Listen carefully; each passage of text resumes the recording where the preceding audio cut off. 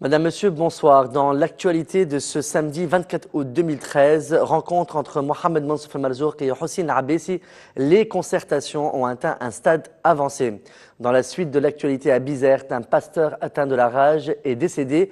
Une cellule de crise a été mise en place. Dans l'affaire Chokri Blaïd, Nizar Snoussi appelle le ministère public à ouvrir une enquête relative à la fuite d'informations confidentielles. Et à l'étranger, en Algérie, deux violents affrontements entre tribus font une vingtaine de morts au sud du pays. Le secrétaire général de l'Union générale tunisienne du travail, l'UGTT, Hossein Abessi, a rentré aujourd'hui, samedi 24 août, le président de la République provisoire, Mansour Marzouk, et au palais de Carthage, dans le cadre des concertations à la recherche d'une sortie de crise.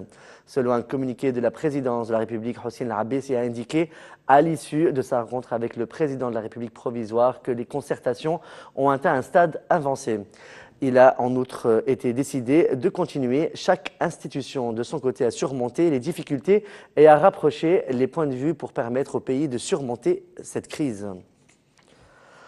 Le chargé des affaires politiques du mouvement Nahda, Sidi Bouzid Fawzi Abdouli, a déclaré aujourd'hui, samedi 24 août, que la campagne El-Rahil est illégale et mènera le pays vers l'inconnu. D'autre part, Abdouli a signalé que le mouvement Nahda a organisé aujourd'hui, samedi, un meeting populaire avec la présence du membre du conseil de la Choura du mouvement, Ahmed Garloul, qui expliquera la position du mouvement et ses politiques à adopter. Ajmi Lourimi, un des principaux cadres du mouvement Nahda, a déclaré dans un entretien accordé au journal Le Maghreb que l'initiative de l'Union générale tunisienne du travail n'est pas sacrée. Il a en outre signifié que l'initiative ne comprend pas la dissolution du gouvernement. Le secrétaire général de l'UGTT, Hossein Abessi, suite à sa rencontre avec le chef du mouvement Nahda, Rachel Ghanouchi, a affirmé que l'UGTT a transféré à ce dernier les propositions de l'opposition, soulignant que le dialogue est à une phase avancée. Aucune partie du dialogue n'a répondu à la question de la dissolution du gouvernement, ni n'a divulgué le contenu des propositions de l'opposition et de Nahda. Dans la suite de l'actualité, le décès d'un pasteur mordu par une brebis vendredi à Sejnen, à Bizerte, a mobilisé les autorités régionales qui ont décidé de mettre en place une cellule de crise. Selon notre correspondant sur place, le pasteur aurait succombé après avoir été atteint de la rage suite à la morsure de sa brebis, elle-même mordue par un chien errant. Le porte-parole de la commission de défense de Chokri Blaïd, Nizar Snoussi, a appelé le ministère public à ouvrir une enquête afin de démasquer la taupe qui a remis les PV des interrogatoires dans l'affaire aux suspects. Nizar Snoussi a en outre déclaré que Abdelraouf Talbi, arrêté à Wardeya et impliqué dans des affaires d'armes, a révélé aux enquêteurs que Lotfi Zine, un des principaux suspects dans le meurtre de Blaïd, leur a rendu visite à Rawed après l'arrestation de Sabr Mesherghi et leur a remis un CD contenant les PV des interrogatoires de Mesherghi. Le ministère des Domaines de l'État et des Affaires foncières a présenté aujourd'hui une explication au sujet de l'incident à l'aéroport de Jerba avec le ministre des Domaines de l'État, Slim Ben Hamiden.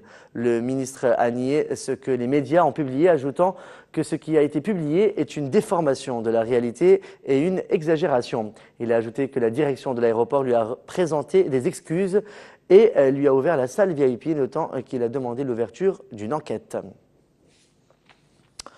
Le gouverneur de Bizerte, Abdelazek Ben Khalifa du parti Ettakatel, a été transféré aujourd'hui samedi pour occuper le poste de gouverneur de Tunis, et ce dans le cadre du mouvement des gouverneurs planifié par le chef du gouvernement provisoire. Le nouveau gouverneur de Bizerte sera Rida Lahwal, ancien directeur général du marché de gros de Bir Qasra.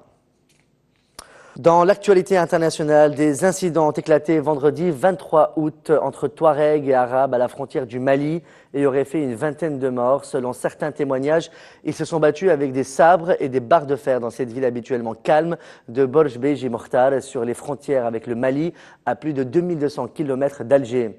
La ville a cependant toutes les peines à retrouver son calme après les affrontements entre les deux tribus, les Idnans de Touareg et les Barabiches, les Arabes. Le bilan des victimes est controversé. Pendant que les autorités algériennes relèvent 9 morts, les habitants de Borj Beji Mortar affirment qu'il y a eu une vingtaine, pour la plupart enterrés à l'extérieur de la ville. Les États-Unis ont annoncé vendredi le déploiement de moyens militaires permettant de fournir des options à Barack Obama s'il ordonnait une intervention en Syrie, alors que la Russie s'est opposée à tout recours à la force après les allégations d'utilisation d'armes chimiques par le régime syrien. Le ministre américain de la Défense Chuck Hagel, en route pour la Malaisie, a immédiatement souligné que ces renforts américains, qu'il n'a pas détaillés, ne signifiaient en rien qu'une simple décision d'intervention qu'avait prise contre le régime de Bachar al-Assad.